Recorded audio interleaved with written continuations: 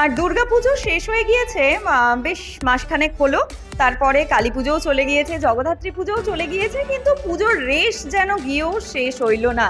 তার কারণ সিটি কিন্তু শুরু করে দিয়েছে নেক্সট বছরের দুর্গাপুজোর কাউন্টডাউন, দুর্গা উদযাপন।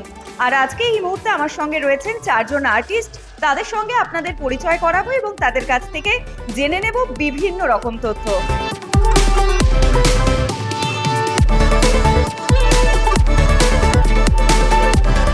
এবছর আমি বকুলবাগান সার্বজনীন আর দমদম পার্ক ভারত চক্রের দুটো কাজ করেছি।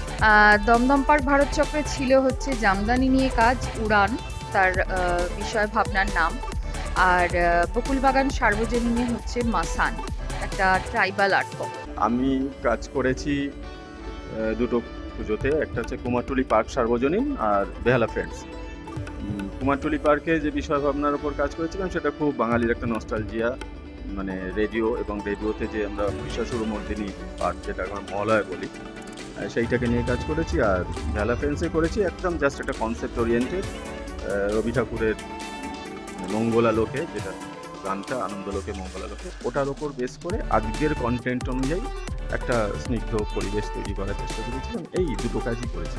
এবারে টালা বারোয়ারি এবং পশ্চিম পটিয়ারি পল্লী উন্নয়ন সমিতিতে কাজ করেছি। আর পশ্চিম পটিয়ারির বিষয় ছিল মেদিনীপুরের সবং গ্রামের একবারে মসলন মাদুর এবং তার সঙ্গে যে সমস্ত মাদুর ওখানে প্রতিনিয়ত যে মাদুর শিল্পীরা করছেন সেই মাদুরকেই তুলে ধরেছিলাম। আর টালা বারোয়ারিতে হীরক রাজার কাজ করেছি। এবছর আমি করেছি নর্থি ধারা কনসেপ্টের সলতে আমি মিস্ত্রি যারা আমাদের সঙ্গে দীর্ঘদিন থাকে, মিস্ত্রি যে লেবাররা, এমনকি আমার যারা লেবার, এবং সবাইকে নিয়েই মূলত এই কাজটা করেছিলাম, তাদেরকে নিয়ে।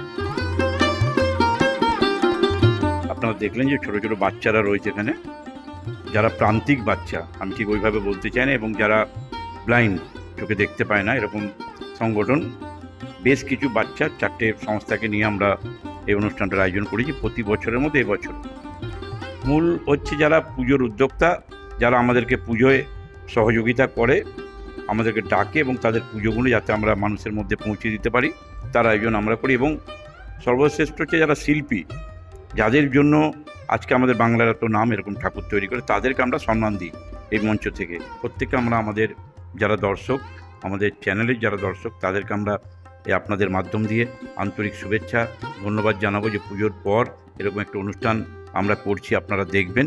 আমরা চাই আপনারা দেখলেই তবে আমাদের অনুষ্ঠানের সার্থকতা পূর্ণ হবে।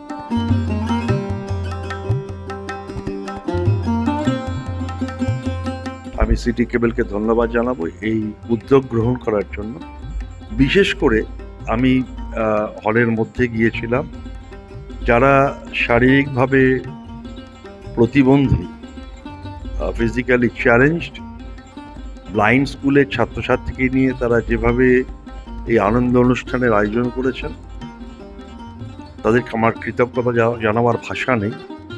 আমি ঈশ্বরের কাছে প্রার্থনা করব, যারা উদ্যোক্তা, ঈশ্বর তাদের আশীর্বাদ করবে। এটা হচ্ছে পুজোটা কাটে তো খুব একটা চাপের মধ্যে, এবং পুজোর পরে একটা লং টায়ার্ডনেস থাকে। তো আমরা প্রায় একে অপরের সঙ্গে খুব একটা কানেকশন হয় না, অনলি ফোন। এটা একটা নিছক আড্ডার জন্য খুব ভালো জায়গা, এবং সিটি কেবলকে অনেক ধন্যবাদ যে আমরা এক জায়গায় এসে অনেক দিন পর, মানে প্রায় 1 মাস, মানে যুদ্ধ চলার পর, মানে 2 মাসের খাটনি, তারপরে একটা টায়ার্ডনেসের একটা পিরিয়ড, তারপরে একটা নিছক পুজো নিয়েই আড্ডা।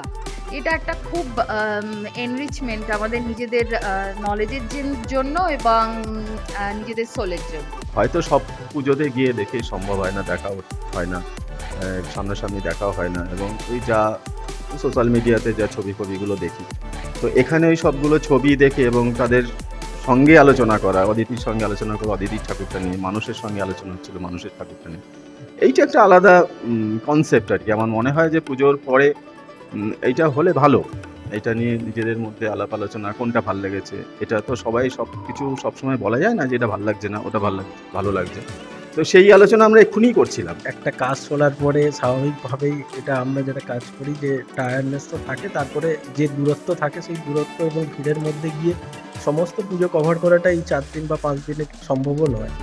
তো তার মধ্যেও দেখা হয় এবং এই অনুষ্ঠানের মধ্য দিয়ে, বিশেষ করে আমি তো এখান থেকে অনেক দূরে থাকি, মেদিনীপুরেই থাকি, তো এই যে আজকে দিদির সঙ্গে দেখা হলো বা বিশ্বমিত্রার সঙ্গে, পার্থিবের সঙ্গে, এই যে সবার সঙ্গে দেখা হলো, আর প্রতিনিয়ত তো একটা তো প্র্যাকটিস, যেটা হচ্ছে প্রতিনিয়ত আলাপ আলোচনা এবং একটা অনেক ছেঁড়া কথাবার্তার মধ্য থেকেও অনেক বড় বড় ক্লু চলে আসে। তো এই প্র্যাকটিসটা তো দেখা হলে অনেক আরো বেটার হয়, ফলে এটাও চলতে থাকে এই আলাপ আলোচনার মধ্যে। যে আজকে যে বিশ্বনাথ দা, অদিতি যে রয়েছে এখানে, এবং কাজের মাধ্যমে অনেক কি হয়, অনেক ভুলভ্রান্তি হয়, সেইগুলো আজকের দিনটাতে না ধরিয়ে দেয় যে এই জায়গাটা এমনি করলে ভালো হতো, এই জায়গাটা অমনি করলে ভালো হতো, তাদেরকে অনেক কিছু জানা যায়।